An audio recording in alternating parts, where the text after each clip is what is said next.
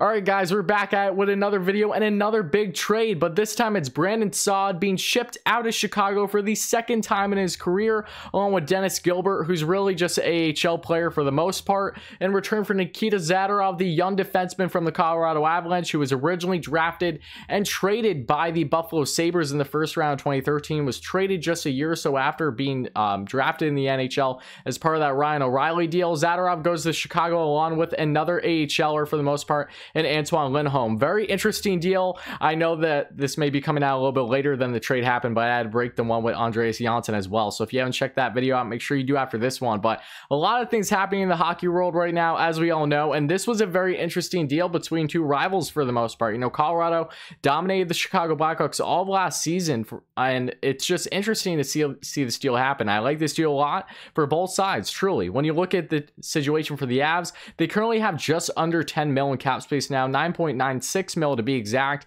Saad comes in with a cap hit of 5 mil for one more year, and he has 1 mil retained by the Chicago Blackhawks. So yes, they are retaining a mil, but at the same time, that is a lot of cap space that they're getting, and rightfully so. I'm not sure exactly what Chicago is planning to do this offseason. I'm assuming that they're going to try to address more parts of this lineup. They're really more in a retool. They're not in a full rebuild. I do think that they are going to try to contend next season. Whether they do or not is a different story, however, but we'll see what happens. I like a lot of the players on both teams, and for Colorado, they are already so deep as it is when it comes to that offense. And now you bring Brandon Saad in the mix, and whatever else Joe Sakic has up his sleeve this offseason, including maybe the likes of Taylor Hall on a bridge deal. Oh my God, this team is going to be so difficult to go up against. It already is, and it just got that much better. Saad, of course, is 27 years old. He's 6'1", 206 pounds. He can play both sides of the wing, left and right wing, and he was drafted originally in the second round by the Chicago Blackhawks back in 2011. He was originally dealt by them first off to the Columbus Blue Jackets back in 2015, and this past season, however, he had a decent season. Only 58 games played. He had 21 goals, 12 assists for 33 points, and he had 47 points the season prior with 23 goals and 24 assists.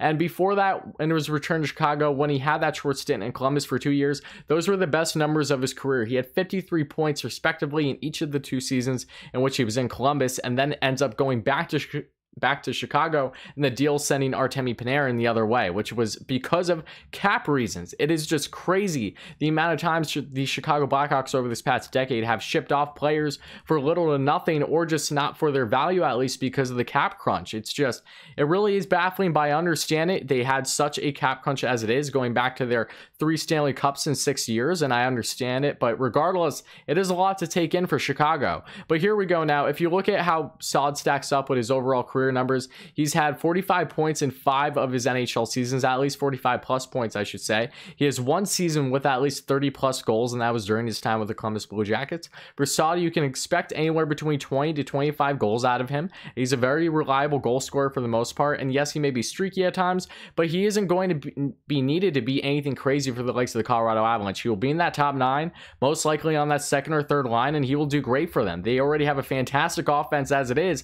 Now you bring Saad in the mix, he's going to do just fine. They don't need to bank on him to be that guy in any way, shape, or form. So he's going to be composed, relax, and do his thing along some of the best players in the NHL that they have to offer, with the likes of Cale Makar, Nathan McKinnon, Mikko Rantanen, Gabriel Landeskog, Andre Burakovsky, you name it, they have it. But they also have he also had 42 points in just over 80 career playoff games, so impressive numbers there.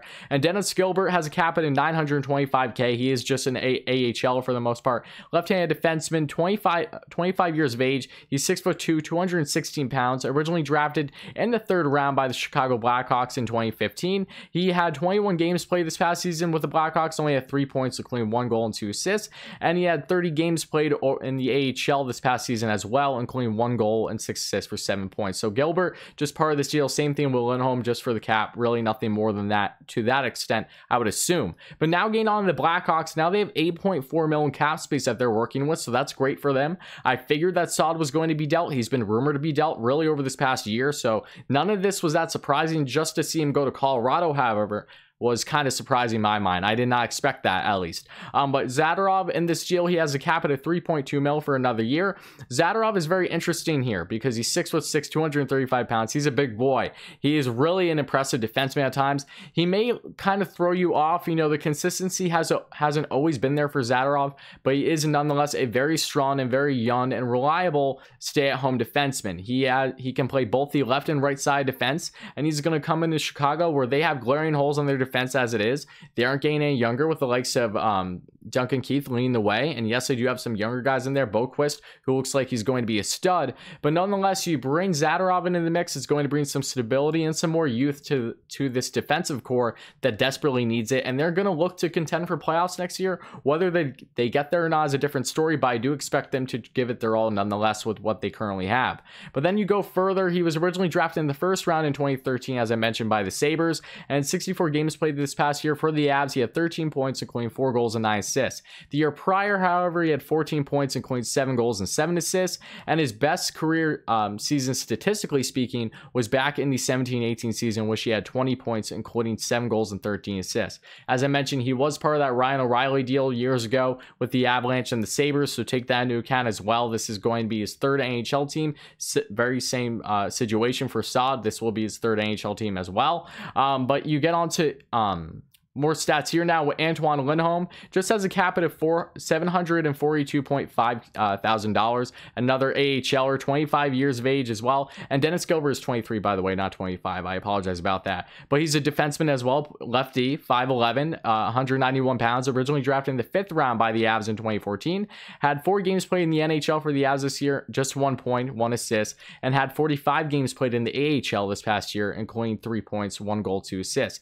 He's had 66 NHL games on his resume, season games on his resume, I should say, and he has only totaled 5 assists for 5 points. That's it. But a very interesting trade. I like this deal a lot for Joe Sakic. Bring more depth. It never hurts, and the Avs are looking scary. I'm sure they are not done at all this offseason. They may very well land Taylor Hall. We'll see what happens there. They have the cap space to do it. I won't be surprised to say maybe they deal one more contract. I'm really not sure what the future holds for the Avs, but I do expect them to continue to be busy this offseason. They're going all in next year, rightfully so, and this is just beginning for them. They have an amazing core group, are arguably one of the most, if not the most entertaining team in the AHL currently, outside of the likes of the Tampa Bay Lightning, who just won the Stanley Cup. The New York Rangers come to mind, not even being biased as a Rangers fan, just given the youth movement, among plenty of other great teams in the NHL. But the Avs, they're still just getting started, led by the likes of Nathan McKinnon, and Brandon Saad is going to do fantastic for them in that top 9, and I'm very curious to see what other things Joe Sakic has up his sleeve. And when it comes to the Blackhawks,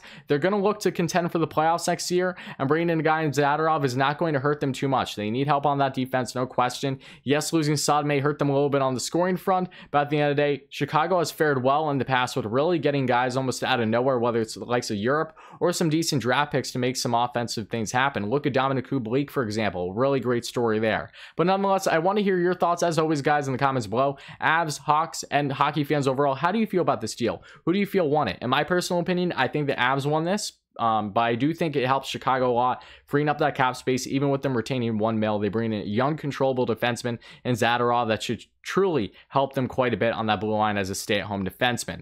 But thank you all so much for watching, guys. It means a lot if you like this kind of hockey content. Hit like and subscribe. As always, it means a ton. Help us reach 2K. We're almost there. I would really appreciate it. Trust me, this is just beginning on this channel, and expect more videos going forward between trades and major signings in this year's free agency. Check out previous ones. I got so many, and my draft recap that was an hour long. I hope you enjoy that if you're interested. But a lot of more content to come out on the channel. Expect a full free agency recap of basically every signing, especially the ones I haven't covered in separate videos. Smaller signings, if you will. All the big names for the most part, and medium names, you know, middle fish in the market are sent to a different team from their signings. So make sure to stay tuned for all that when it happens. But thank you all so much, guys. Comment down below, and I'll be back very, very soon.